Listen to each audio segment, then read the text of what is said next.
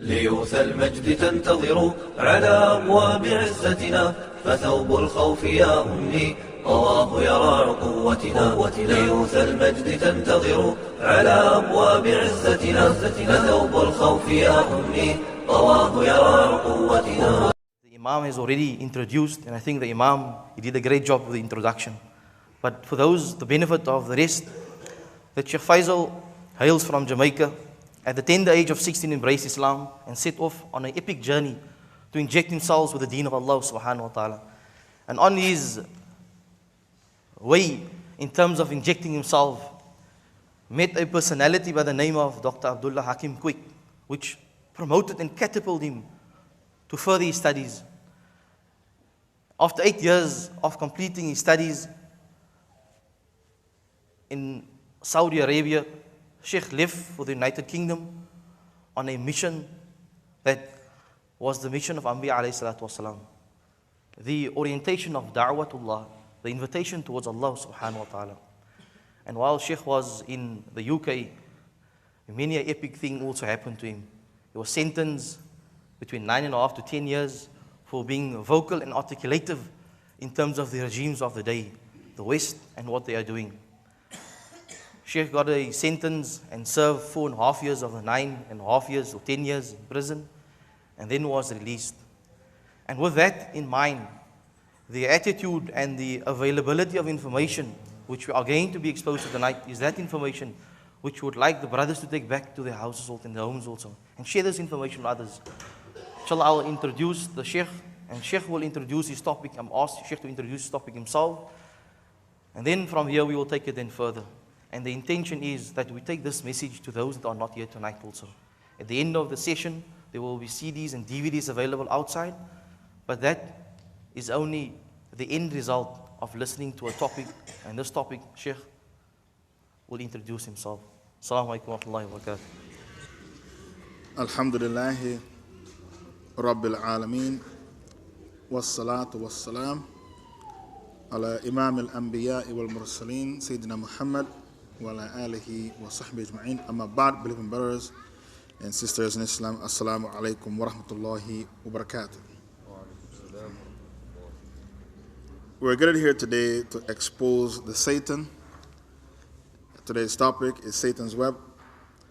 It is a great pleasure to be here performing Salatul Maghrib in Jama'ah. At this masjid, people come for Salah, which is a good sign. I've been to some masajid in Cape Town, and the Jama'ah is very small, and people don't come for Salah. This Jama'ah will forever be in goodness as long as you turn up for your Salah. The shaitan is at war with us. He is our enemy. Whenever you have an enemy, you need to do three things. The first thing is to recognize the enemy. Secondly, you need to know his strategies. What are the strategies of that enemy? The third thing is to know who are his associates, his friends. And the last thing, the fourth, is to expose his methodologies.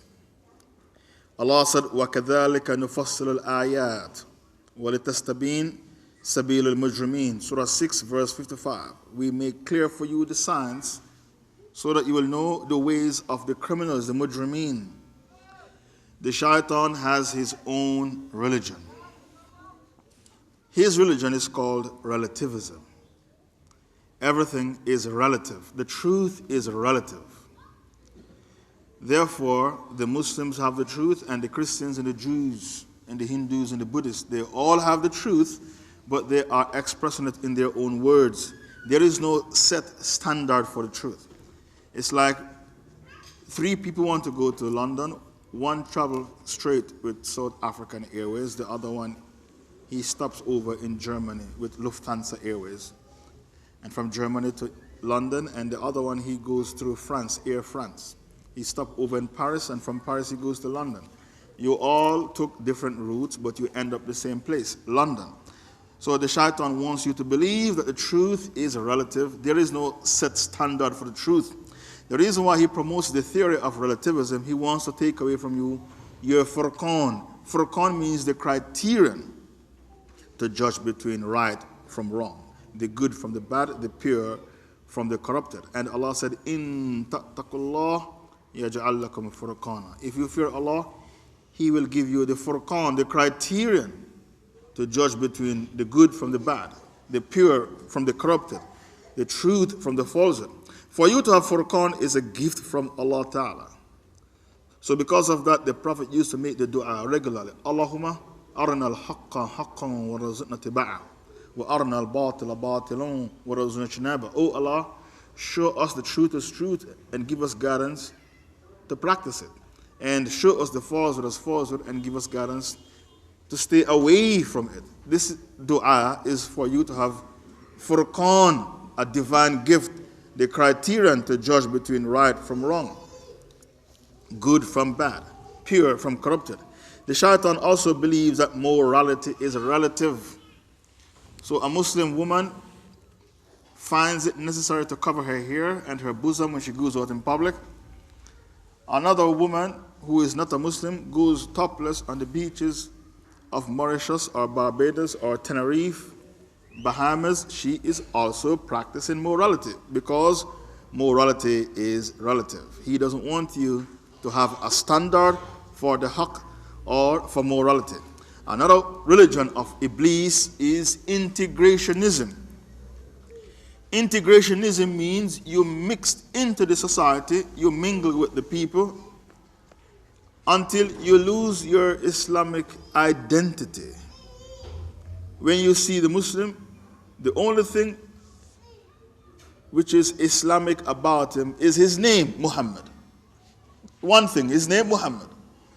But his character is exactly like the Kafirs, or sometimes eviler than the Kafirs in character, because he integrated into the society and he lost his Islamic culture, his Islamic identity. So this is called integrationism. Now they are very much busy with this theory of integrationism in the UK, in the USA, where I've stayed in both countries. They feed you with the same television program and the same syllabus at school, and the same newspaper and magazines. So if you want to hang on to your Islamic identity, you need to avoid his TV, avoid his websites, avoid reading his magazines, avoid his company, the Kafir company, in order to hold on to your Islamic identity. Because in the last days, the integrationism will become so strong. The Prophet said, peace be upon him, in the last days, for you to hold on to Islam, it's like holding on to a hot fire coal. When you have milk and you don't want the milk to go off, you put the milk in the refrigerator. When you have a Muslim and you don't want him to lose his identity and to lose his deen, you put him in a Muslim society, a Muslim environment. Racism was rife here in South Africa in the name of apartheid. How many of you knew that the first racist was Iblis? When he was told to bow down to Adam, he refused, and he gave his answer. Surah 7, verse 12. Ana khayrun min, khalaqtani min nar, wa khalaqtahu min teen. I am better than Adam. You made me from fire, and Adam you made from clay. So since fire is better than clay, I am better than him, so I will never bow down to Adam. This person was the first racist in history. He thinks he is better than you because of his physical composition. I am better because I am blue-eyed and blonde hair. I am better because of my white skin. Some black people said I'm better because I'm black. I've met many black people like that. You stay in the sun, you get skin cancer. I don't get that because I'm better than you. I live in the United States. I heard many black people speak like that. You think racism is only from whites. That's a mistake. I've met black racists as well. And when I tell them that, they get upset. Say, black people are not racist. You have it wrong. You, Shaykh Faisaaal, you have it wrong. We are reacting to racism. We were victims of racism and react to it. That's how they explain it to me. Whenever a person thinks he is better than you because of his physical features, his skin color, his eye color, his hair texture, because of how Allah created him, he's better, that person is a racist, walking in the footsteps of the shaitan, practicing the sunnah of the shaitan. That person is also a shaitan. The shaitan is very courteous. When he was tempting Adam to eat from the haram tree, and we don't say apple, that's Christianity. He ate the apple. That is Christianity. We don't say apple. We said he ate from the haram tree. Allah said shajara in the Quran. Look what the shaitan said to Adam. Ya Adam, hal adulluka ala shajaratil khuld wa mulkin la yubla. O Adam, shall I not lead you to a tree? If only you eat from it, you will rule over a kingdom that will never perish. You will last forever. You will live forever. So he was very courteous when he was tempting Adam to eat from the haram tree. Now there are some people in the world, I've seen them in the Caribbean, in the West Indies, I've seen them in the UK, and I've seen them in America. They call themselves the Jehovah's Witness. They invite to the hellfire, because they said there is no hell, hell is the grave, and Jesus is the Son of God. Their aqidah is kufr.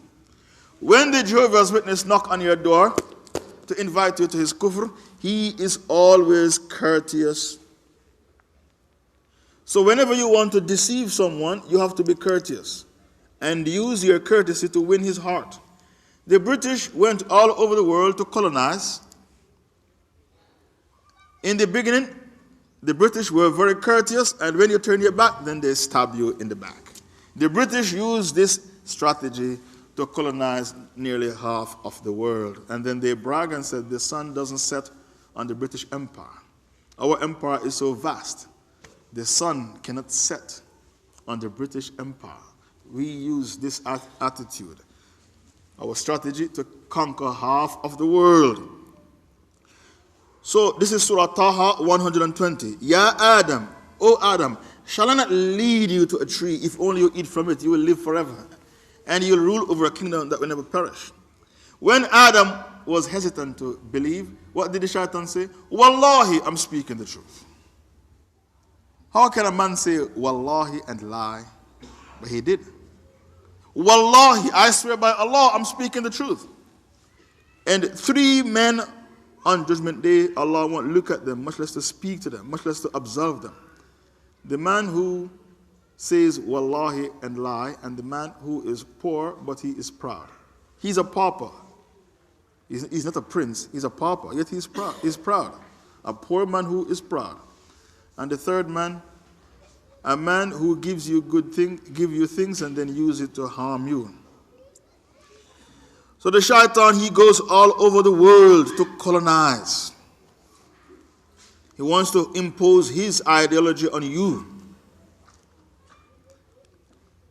So he wants to colonize as many people as possible to impose his satanic culture on you. What's amazing about the shaitan, he believes in Judgment Day.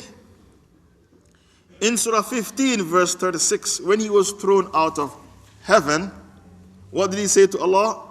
Rabbi fa'anzirni ila yawm yub'athun. My Lord, grant me respite, give me long life, till Judgment Day, when man will be raised from the dead. So the shaitan believes in Judgment Day, and he believes that Allah is his Rabb, his Lord. He said, Rabbi fa'anzirni ila yawm yub'athun. So if the shaitan believes that Allah is his Rabb, his Lord, and he believes in Judgment Day, why then is the shaitan a kafir? He is, because he doesn't worship Allah. That's why he's a kafir. He doesn't worship Allah. Even though he believes in Allah, that Allah is his Rabb, and he believes in Judgment Day, he is classified as a kafir because he doesn't worship Allah. So Iman is of 3 dimensions: conviction of the heart, to testify with your tongue, and to implement it with your limbs. Heart, tongue, and limbs. That is Iman. Iman is not just to testify with your tongue, because the hypocrites testify with their tongue. and they pray salah in the masjid. So when Omar said, since the angel Gabriel came to you and told you the names of the hypocrites, give me the permission to chop off their heads. The Prophet said to Omar, Aturid an tuhaddith an-nas an Muhammad yaqtul ashaba. Do you want people to say Muhammad is killing his own companions? That's what the Prophet said to Omar. Do you want people to say Muhammad is killing his own companions? Look how wise the Prophet was. That's why the sunnah is called hikmah. The Prophet was very wise. All Omar could think of, just kill them. Let's get rid of them. But the Rasul did not want people to say Muhammad is killing his own companions, so out of hikmah, he allowed them to live. The shaitan enjoys taking away from somebody his innocence, her innocence. The way he took away from Adam his innocence. So the shaitan likes to go all over the world with money in his pocket to corrupt the nation, to indulge in child pornography, child prostitution, pedophilia, because he enjoys taking away from somebody his or her innocence. You can call a human being the shaitan, but you cannot call a whole race of people the shaitan. Allah said in Baqarah 14, وَإِذَا لَقَى الَّذِينَ آمَنُوا قَالُوا آمَنَّا وَإِذَا خَلَوْا إِلَى شَيَاطِينِهِمْ قَالُوا إِنَّا مَعَكُمْ. When they are with you, they say they believe. But when they are alone with their shayateen, their devils, they said, we don't really believe. We were only jesting. It's a mockery. We were pretending. We were deceiving the Muslims. Allah will throw back their mockery at them. And the hadith says, if you are praying and somebody tries to walk in front of you, stop him. If he continues to walk, then you should fight him because he is the shaitan. You can call up one man the shaitan, but not a whole race of people the shaitan. As I told you, he likes to corrupt what is innocent. He is unable to live in harmony. The shaitan is unable to live in harmony with the creation of Allah Ta'ala. Wherever in the world he goes to, he commits genocide against the people. Genocide means to kill people by the thousands and the millions. So he commits the crime of genocide in North America against the Apache Indians. Genocide in Central America, in Jamaica where I was born. The original people were Red Indians. There are no Red Indians there now, not even one. They were killed by the white man. Every single one of them. Genocide in Central America, genocide in Africa, genocide in Australia, in New Zealand. Wherever in the world he goes to, he commits genocide against the local population because he is unable to live in harmony with the creation of Allah. Now, I'm going to tell you something that will make you feel guilty, all of you. When you were boys growing up, you watch cowboys and Indians, and you watch genocide taking place against the Indians, but you cheer for the cowboys. Isn't that so? Did you cheer for the cowboys or you cheer for the Indians? So what he does, he committed genocide against the people, then he made movies about it, and then he had the rest of the world cheering for him. You know why? Because Allah said in Surah 6 verse 43, وَزَيَّنَ لَهُمْ الشَّيْطَانُ مَا كَانُوا يَعْمَلُونَ.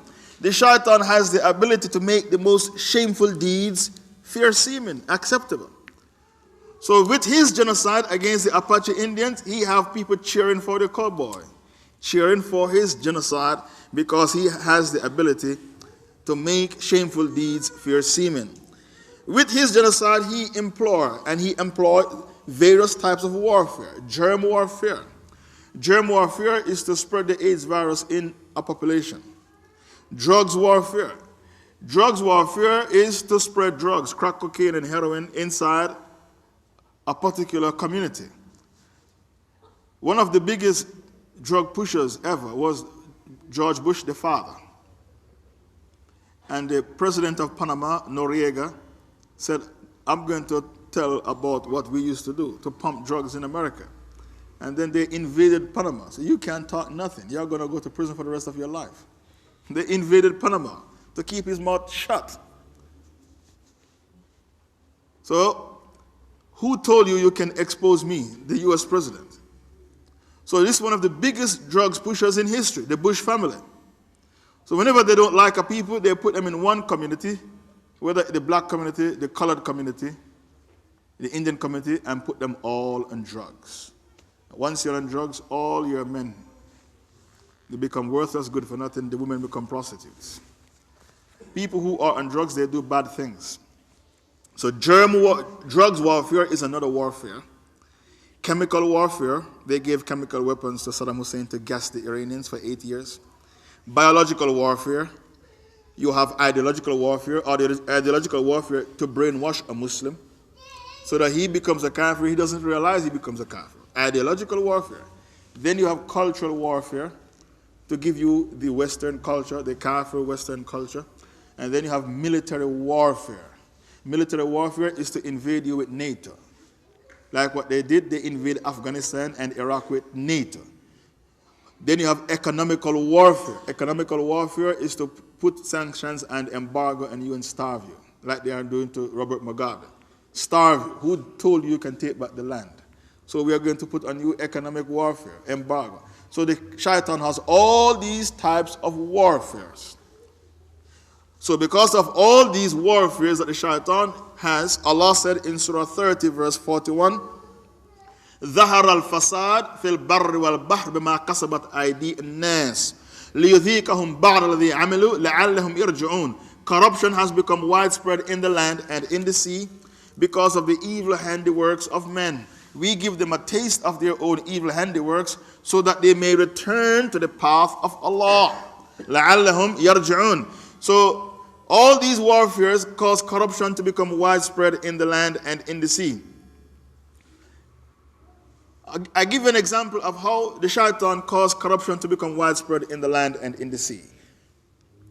He dumps toxic waste in the sea. And the fishes in the sea are being oppressed by the shaitan. He turned the sea into a dumping ground. So even the fishes in the sea are oppressed. The whales and the dolphins, they are not fishes, they are called mammals. That's why the dolphin behaves like a human being. They are called mammals, dolphins and whales.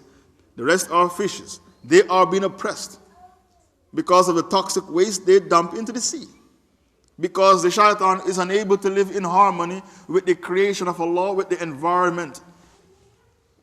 Another example of corruption becoming widespread in the land and in the sea.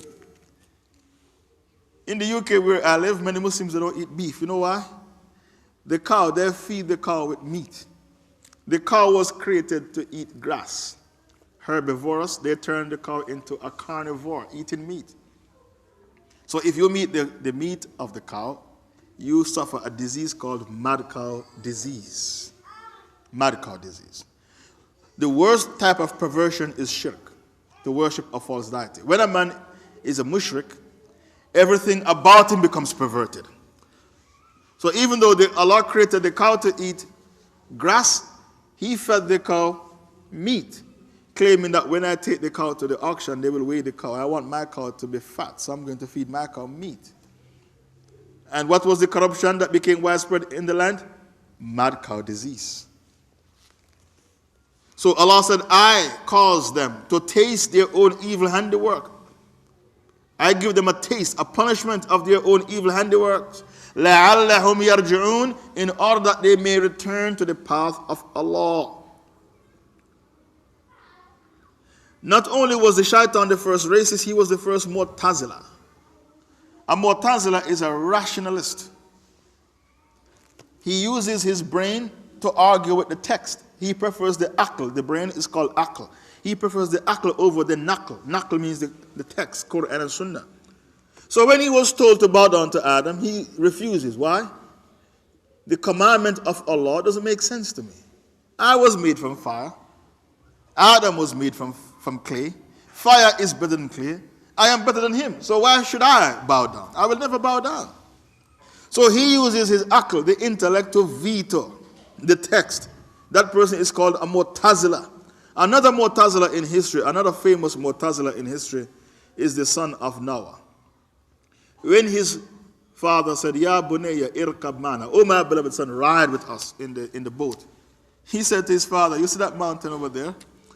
It's like a mountain, the Table Mountain. That Table Mountain in Cape Town. Tall mountain like the Table Mountain. You see that mountain over there? That mountain is tall enough to save me from the wrath of Allah. If I climb the mountain, I will be saved from the wrath of Allah. I don't need to come in the boat with you. So his brain tells him that the mountain is tall enough to save him from the punishment of Allah. Look at the Table Mountain. Which flood can reach up there? I'm going up there. That's how he thinks. His father said, oh, my beloved son, there is no mountain on the face of the earth that can save you today from the wrath of Allah. Come in the boat. But he would never ride with his father in the boat because his aql, his brain tells him he doesn't need the boat. The mountain is tall enough to save him from the wrath of Allah. And he drowned in the flood. That is another famous Mu'tazila in history. You need to submit to Quran and Sunnah. You cannot use your aql to argue with Quran and Sunnah. So some people, when they are told, if the fly drops in the drink, dip the fly. One wing has the germ and the other wing has the cure. They will say, I don't care. I'm not going to dip no fly in my soup. I don't believe that hadith. So brother, the hadith is in Bukhari. So who cares if it's in Bukhari? I don't accept the hadith. My brain doesn't accept the hadith. That's a Mu'tazila. Then another hadith, the angel of death came to take the soul of Moses. He punched the angel of death in the eye, and the eye dropped out. A Mu'tazila will say, I don't believe that hadith. How can Musa punch the angel of death in his eye and take the eye out? That doesn't make sense. So brother, the hadith is in Bukhari. So I don't care if the hadith is in Bukhari. It doesn't make sense to me. That is a Mu'tazila. He uses his brain to argue with the text, the naql. He prefers his aql over the naql. The shaitan, to lead you astray, he has the ability to use a halal act to lead you on into doing a haram act. Now, I used to be a freelance in the UK preaching at university campuses. Islam spreads like wildfire in the UK, as well as the USA, especially at the universities. Christians and Hindus and Sikhs, they take Shahada. I give Shahada to them myself. White people, black people, Indian people, colored people, they take Shahada. So a Muslim boy will be at university, and he invites a beautiful Christian girl to Islam, and she says, I've always been interested about Islam. I'm always interested to know about Islam. Why don't you come to my apartment? It's warm in there. It's too cold outside. And tell me about Islam. Now you go with intention to tell her about Islam. When you go there, she seduced you. So you go there to give dawah, then you get dawah. So look how clever the shaitan is. He uses a halal act to lead you on step by step into doing haram. That's how clever the shaitan is. And Ali ibn Abi Talib told us a story. There was a monk who lived in a cave. I think you heard the story, but I'll quickly tell you the story. And he lived by himself. 3 brothers had a beautiful sister. And they were going on a trip, so they took the sister to the monk and said, look after her. You are the best man to look after our sister. And the monk said, take her away from me. How can you take a woman to me? The shaitan came to the monk and said, how can you send the girl away? You are the best man to look after her. There's too much fitna in the city. Don't send her back to the city. Look after her. So the monk said, okay, bring her back, bring her back. Put her in that room over there. And she was staying by herself in a room, he in another room. And he used to give her, the shaitan said, give her a dars. And he used to lecture her from behind a curtain. Shaitan said, take away the curtain, because when you are lecturing her, what if she's sleeping? You're speaking to yourself. You need to have eye contact to make sure that she's benefiting. So he took away the curtain. Now when he took away the curtain, he and the girl, they developed feelings for each other, and he slept with her. And she became pregnant. The shaitan came to him and said, this girl is pregnant, you need to kill her and bury the disgrace. If the community should find out, you're going to be finished. So what he did, he killed the girl and buried her with the baby inside her, to bury the disgrace. The three brothers came back and said, we left our sister with you, so we come to find out how she is. The monk said, oh, she had a very strong fever, and I tried everything to cure her, but still she died. He lied. He said she had fever. So the brothers, they said, okay, you tried your best. What can we say? They went back home. While they were sleeping, the shaitan came to the three brothers and said, that monk got your sister pregnant and buried her. Killed her and buried her, thinking he can bury the disgrace. The first brother got up and said, I had a strange dream last night. And the shaitan came to them in their dream and told them exactly where the grave of their sister was. And all these things happened not over 1 week or 1 month or 1 year. Years the shaitan tempted him, little by little, step by step. Now this web of the Satan is called sequential persuasion and subliminal seduction. Classical conditioning. All these things are Satan's web. Classical conditioning, sequential persuasion, subliminal seduction. Subliminal seduction, you sit watching cricket, the West Indies and South Africa, and then they advertise popcorn on the TV screen. And you get up and go to the kitchen to eat popcorn. You don't know why you get up. That is called subliminal seduction. Subliminal messages. So the shaitan used this web effectively and sequential persuasion. Little by little, step by step, you tempt a person till you get what you want from them. Now when this man got the girl pregnant, that's not what the shaitan wants from him. This is just the tip of the iceberg. The story isn't finished. So he came to the brothers and told them where the grave of the girl was, and they went and they dug up the grave, and they found their sister in there, pregnant with the baby in her belly.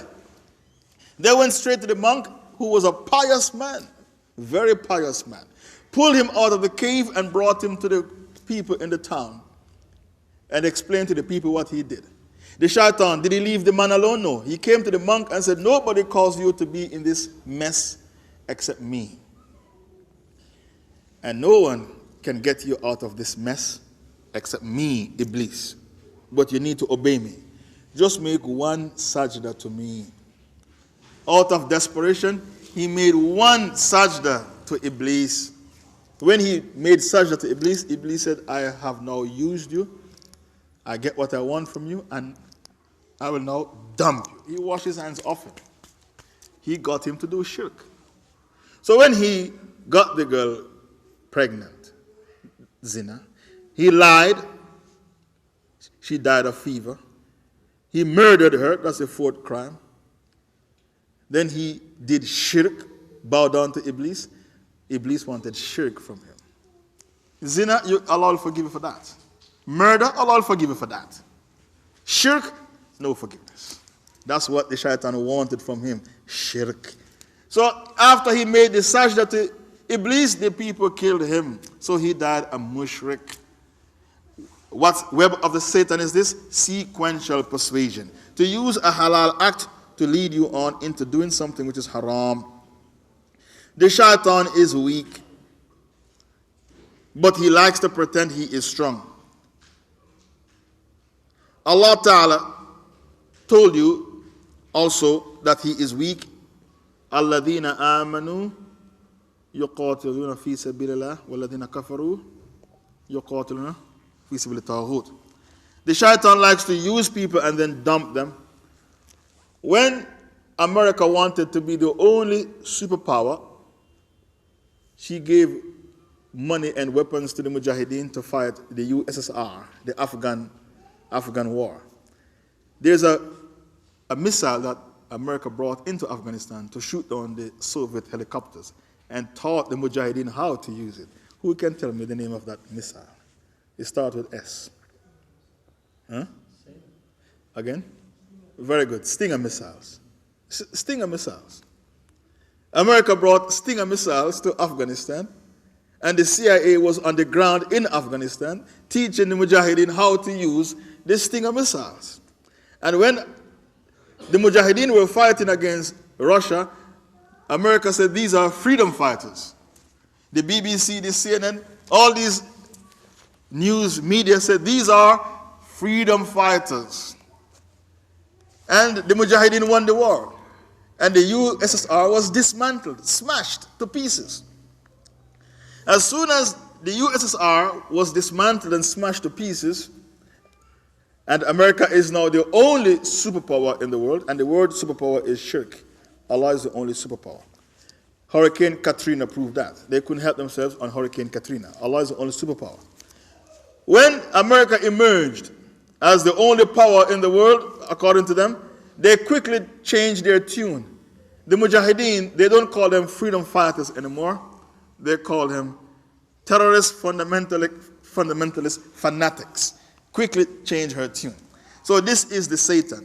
They use you, and when they get what they want from you, they dump you.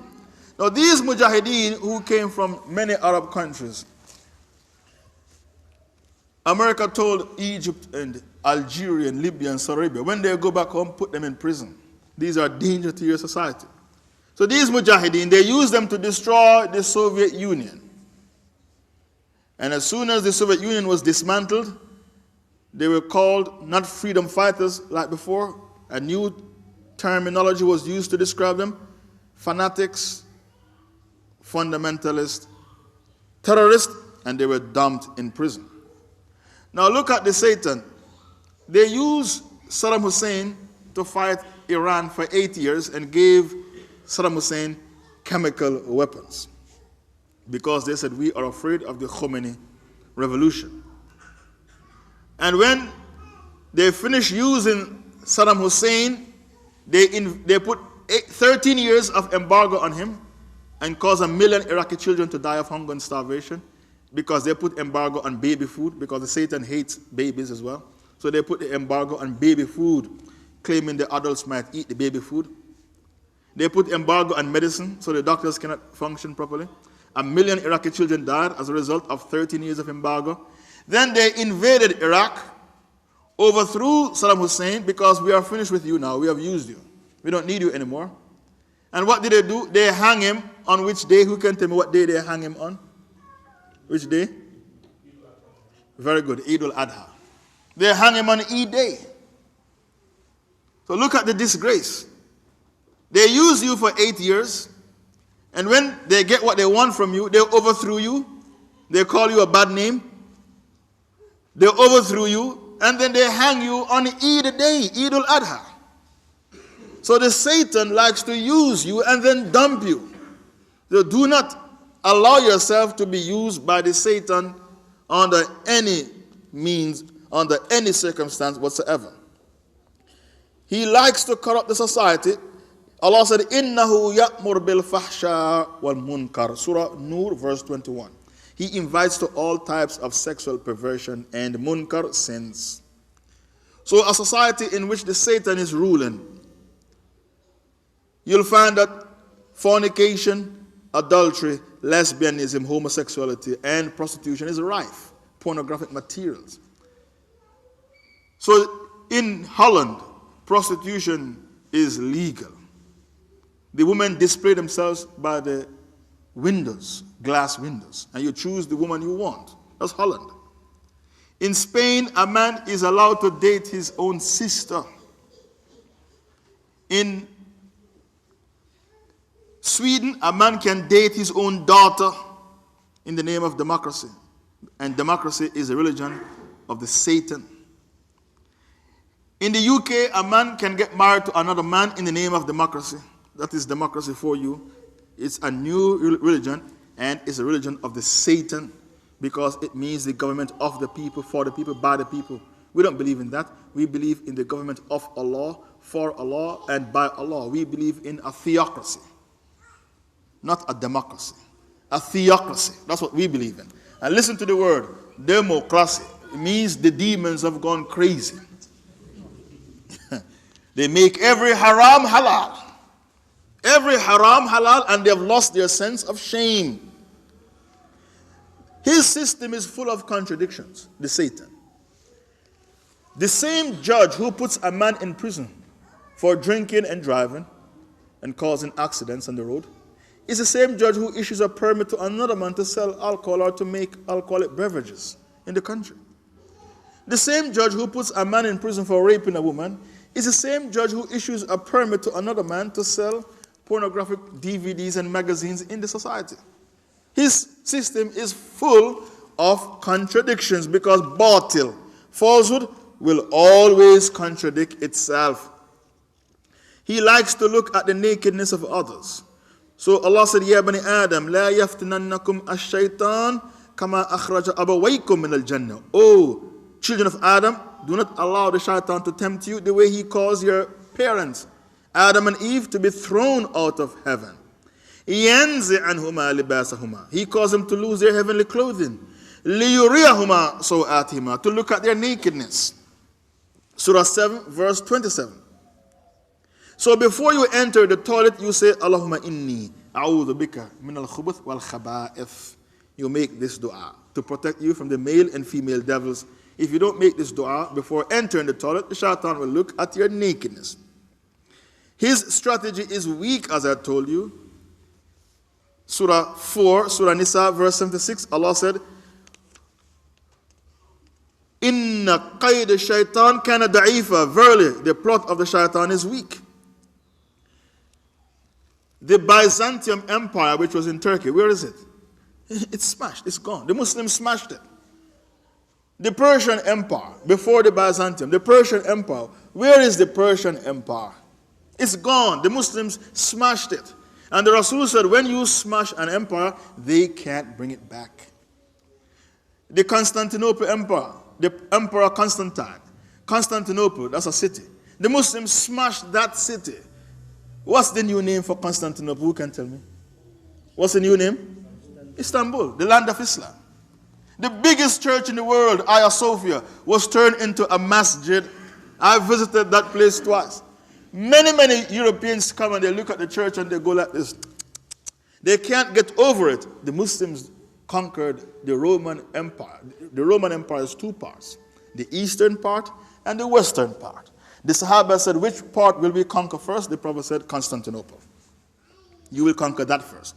We haven't conquered Rome yet. It is yet to be conquered. The Kafirs of Europe, they visit Turkey and they look at the big church which has been turned into a masjid and they go like this. They can't get over it. Our empire, Constantinople, has been smashed by Islam. So they will never accept Turkey into Europe. Never. Because they can't get over it. The Emperor of USSR, where is it? It's smashed, it's gone. The Muslims smashed it. And there's another empire to be smashed, which is the Emperor of the USA. Soon and very soon, the Muslims will smash it, inshallah. The shaitan likes for you to waste your time, waste your money. That's another web. Waste your youth. There are many old people begging on the streets all over the world. When they were young, they did not study and become something in life and become qualified, become professionals. The shaitan deceived them. You will be forever young. So time caught up with them. So they have no savings, no provision. So they have to beg on the street. The shaitan likes for you to waste your youth, your time, your money, even though the wasters are the brothers of the shaitan. He breaks you up into groups and splinter groups. The Shia insulting the Sahabas, making takfir on the Sahabas. Takfir means to call somebody a kafir. Qadiani, believing there's a prophet after Muhammad. Mirza Ghulam Ahmad. Mu'tazila, using your akal to veto the text. Murji'a, a liberal. Parvezi to believe in Quran but not hadith. An extreme Sufi. An extreme Sufi is a person who believes in wahdatul wujud. Wahdatul wujud means union. You, the man, you, the Muslim, become so pious, you become united with Allah, and then you become Allah. And when you become Allah, you don't need to pray because you are Allah. There's nobody for you to pray to. It's called wahdatul wujud. Union, the unification between the creation and his creator, his Lord. He likes to remind you of your jahiliyyah for you to suffer a relapse, to slip back into jahiliyyah. He has infiltrated us with racism, infiltrated us with nationalism, tribalism, regionalism, and the caste system, to take away from us our Islamic brotherhood and the Islamic sisterhood. He highlights deviant groups and kafir groups as real Islam. In the UK, the Qadianis, the Ahmadiyya movement, they have their own satellite TV. The British gave them their own satellite TV. pumping their kufr all over the country, said this is real Islam. Mirza Ghulam Ahmad was a prophet after Muhammad sallallahu alaihi wasallam. That is a Satan. Two things that cannot be separated, he likes to separate them. Another web of his. You can't separate Quran from Sunnah. You need the Sunnah to practice your deen. Allah told you to pray 5 times a day when the Rasul went to Isra wal Miraj. But Allah did not tell you that Fajr has 2 rak'ah, Dhuhr 4, Maghrib 3, and Isha 4. Allah didn't tell you that. It's the hadith that goes into the details to tell you how to perform your salah and how many rak'ah each salah has. So you can't separate Quran from Sunnah. But the Parvezis, they do that. They believe in Quran but not hadith. So 2 things that cannot be separated, the shaitan separates them. 2 things that cannot come together, he brings them together. For example, Islam and democracy. So there are many Muslims who believe in democracy and then they say, you don't understand, we believe in Islamic democracy. You can't bring 2 things together that cannot be brought together. Democracy means the government of the people, for the people, and by the people. The MPs, they become the lawgivers. So whenever there is a World Cup football coming to a country, the MP said we have to legalize prostitution to bring in foreign exchange into the country. All the countries, they speak like that. We have to legalize prostitution to bring foreign exchange into the country because the World Cup football is coming. That is democracy. The MPs are the lawgivers. In a theocracy, Allah is the lawgiver.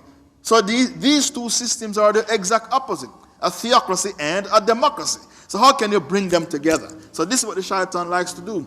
2 things that can come together, he brings them together. What is important, he makes it unimportant. Islam is important, the shaitan will tell you that's not important. Taqwa, to fear Allah is important, for him that's not important. If you have taqwa, they say you're a madman. You're a mad. How can you come to the masjid and find a wallet left, or a mobile phone, a cell phone in the wudu khana, and then you look for the owner to give it back? Why didn't you push it in your pocket? That's taqwa. You fear Allah, so you return the cell phone to the owner. A kafir will say, why didn't you push it in your pocket? So what is taqwa? To fear Allah, for him, that's not important. What is important, what is not important is the skin color. That's not important. The shaitan makes it important. Your skin color decides which university you go to and what area you live in and what job you get. He makes what is important unimportant. What is unimportant, he makes it important. This is a web of the Satan. He tampers with your natural instincts. And he blackmails you, emotional blackmail. Many Hindu children would like to become Muslims and Jewish children. But they were blackmailed by their parents. If you become a Muslim, you are not my son anymore, and you will be disinherited. I have millions of rand in the bank. You won't get 1 cent if you become a Muslim. You will be disinherited. Blackmail. So he uses blackmail to cause thousands and millions of people to die as kafirs to keep his company in the hellfire because he wants company. He tampers with your natural instinct. Your natural instinct to love wealth, he makes you become stingy. Your natural instinct to love your children, he causes you to turn your back on jihad. Because the Rasul said, your children cause you to turn your back on jihad. If I should die fighting for Allah on the battlefield, who will marry my wife after me? She has 5 kids. Nobody will marry her. So I don't believe in jihad. I believe that the way forward is the ballot, not the bullet. There are 2 manhaj. One is the ballot, one is the bullet. Ballot, you vote with a paper in the ballot box. Bullet, you go for jihad. Your manhaj has to be the bullet, not the ballot. Because you got bitten with the ballot in Algeria, in Turkey, and in Nigeria. A Muslim won the election, they put him in prison and they poisoned him. Abiola. And many other countries, you got bitten with the ballot. And the Prophet said, a believer is not bitten in the same hole twice. No believer is bitten in the same hole twice. If you get bitten once, you won't get bitten a second time. So he tampers with your natural instinct to be attracted to the same sex, to turn you into what? A gigolo, a promiscuous person. Or he turns you into a priest, abstaining from women. And Allah said what the priests are doing to abstain from women is bid'ah, a cursed innovation. He makes you follow the allegorical verses of the Quran, verses that are not clear. He wants you to give the tafsir of those verses. A brief description of the shaitan: his plot is weak. He is an excellent pretender, a very good pretender. There was a woman in the UK called Rosemary West and Fred West. They were from a middle-class family. They took in girls that were abandoned. Girls that have no parents and abandoned, they took them in and fed them and looked after them. But they used to kill these girls. And the police investigated when the girls went missing. When they went into the house, they saw a big freezer and many freezers with the remains of girls. And in the backyard, they dug up remains of girls. Girls who were vulnerable, no mother, no father. Fred West hung himself in prison before the date of the trial with his bed sheet. Rosemary West went to jail, and she went to court, and she was crying in court. If you were the judge, you would set her free because of her tears and how she pretended. This woman is innocent. She didn't know what was going on. You can go home. That's what you would do if you were the judge. But the Kafir judge in the UK gave her a prison sentence and said, "You'll never see the daylight again." You know why he did not? You know why he wasn't convinced by her tears? Because it takes one shaitan to know the other shaitan. So he locked her up in prison and threw away the key. The shaitan is a compulsive liar. He said wallahi and lied to Adam. The shaitan is proud and arrogant and very wasteful. The shaitan, he laughs, he even urinates, he eats, he drinks. If you go to bed with your wife and didn't say Bismillah and make your dua, the shaitan partakes. I have a question for you. Does the shaitan sleep? Hassan al-Basri was asked this question in his study circle. Does the shaitan sleep? Eh? What do you think? No, he doesn't sleep. Hassan al-Basri said he doesn't sleep. The smaller shaitan, they sleep. The small shaitan, they sleep and they work on shift. I was in Hong Kong. When they open a restaurant in Hong Kong, it doesn't close 24 hours. They work on shift. I was in Manhattan, New York. When they open a restaurant, it doesn't close. They work on shift.